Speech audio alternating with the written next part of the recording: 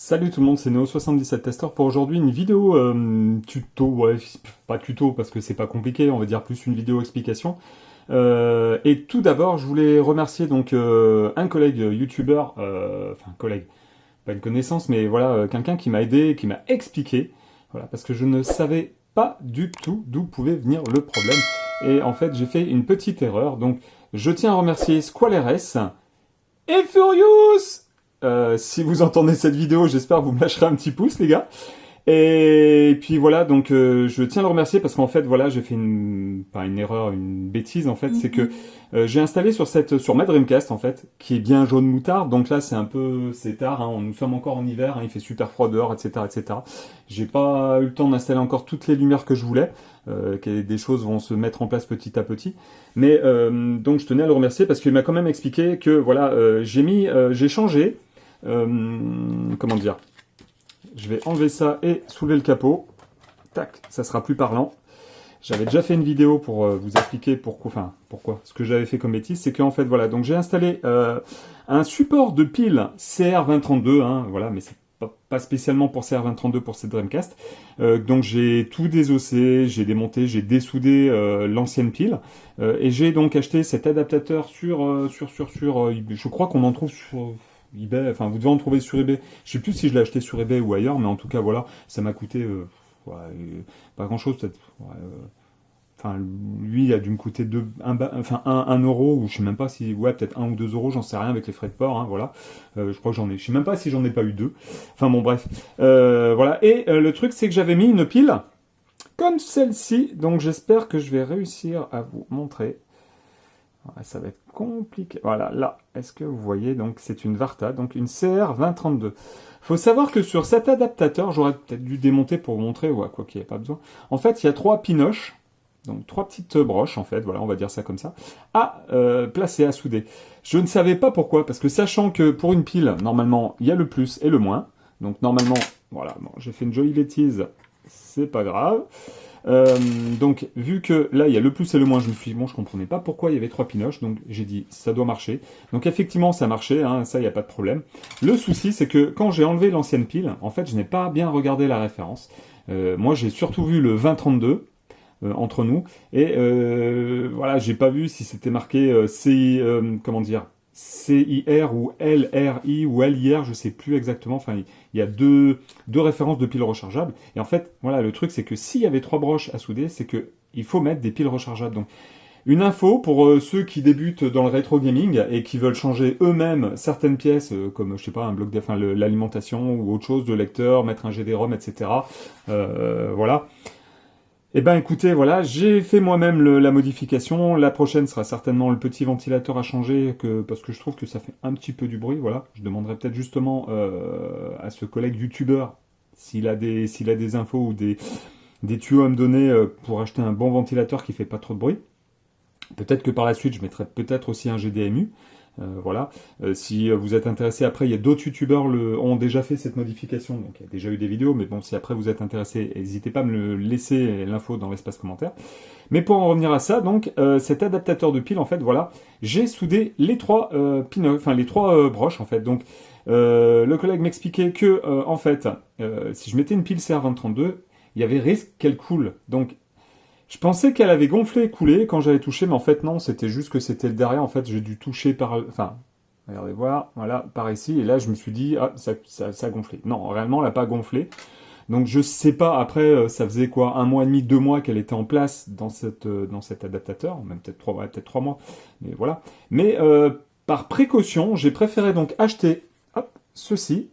Donc alors, voilà, on le voit comme ça. Elle, c'est une pile, donc c'est bien une 2032, mais c'est pas une CR2032, c'est une LIR 2032, donc c'est une pile rechargeable. Donc, je sais pas, je pense pas qu'elle soit chargée là, à ce moment-là. Donc, ce qu'on va faire, c'est que je vais la défaire. Vous allez voir, de toute façon, c'est pas compliqué. Hop, hop, hop, hop, hop. Alors après, quand vous achetez un adaptateur de pile, il suffit donc si c'est noté normalement sur les bouts de plastique derrière, enfin devant et derrière, c'est marqué plus ou moins. Si vous n'avez pas ça, moi j'ai remarqué une petite astuce normalement. Là, je suis pas sûr qu'on le voie. Alors si peut-être à contre-jour, j'aurais dû mettre le flash, donc je vais mettre le flash. Attendez, hop, voilà.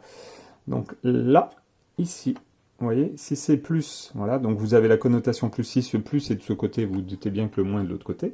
Mais si par hasard, vous n'avez pas l'information plus et moins, il suffit de regarder donc ici, au niveau des broches, enfin des pattes en métal qui dépassent.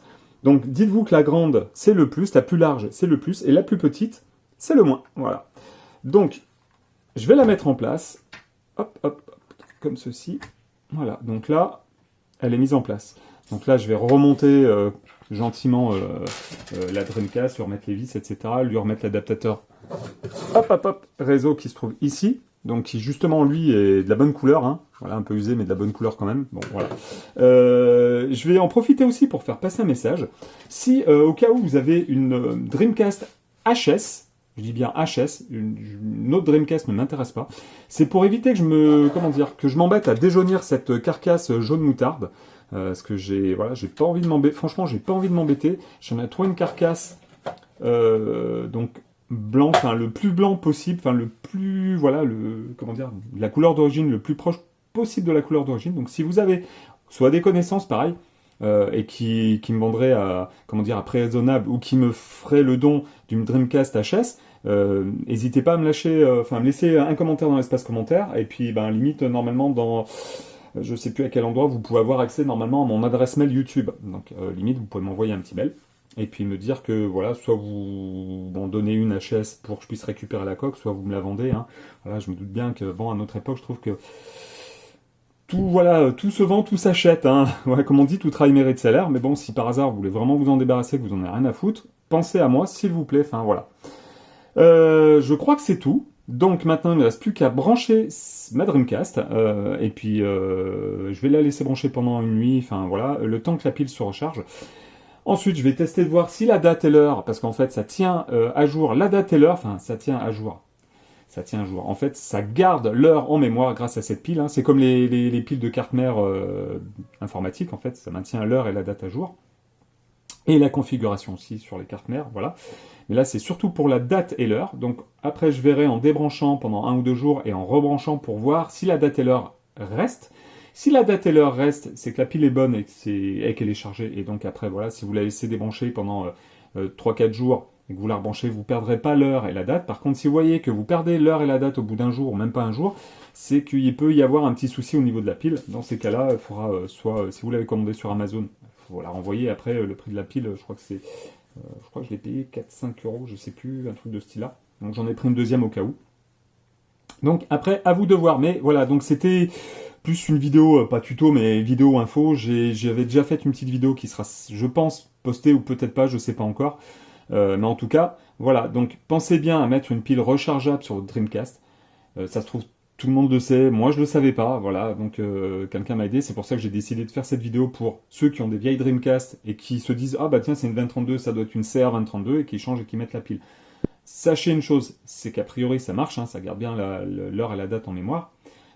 Par contre, après, la pile ne se recharge pas et il peut y avoir risque de coulure, puisque effectivement, il y a un endroit vu qu'il y a 3 broches en fait, et que normalement la console quand elle est branchée, elle est censée recharger, ça envoie du courant à la pile alors que c'est pas une pile rechargeable.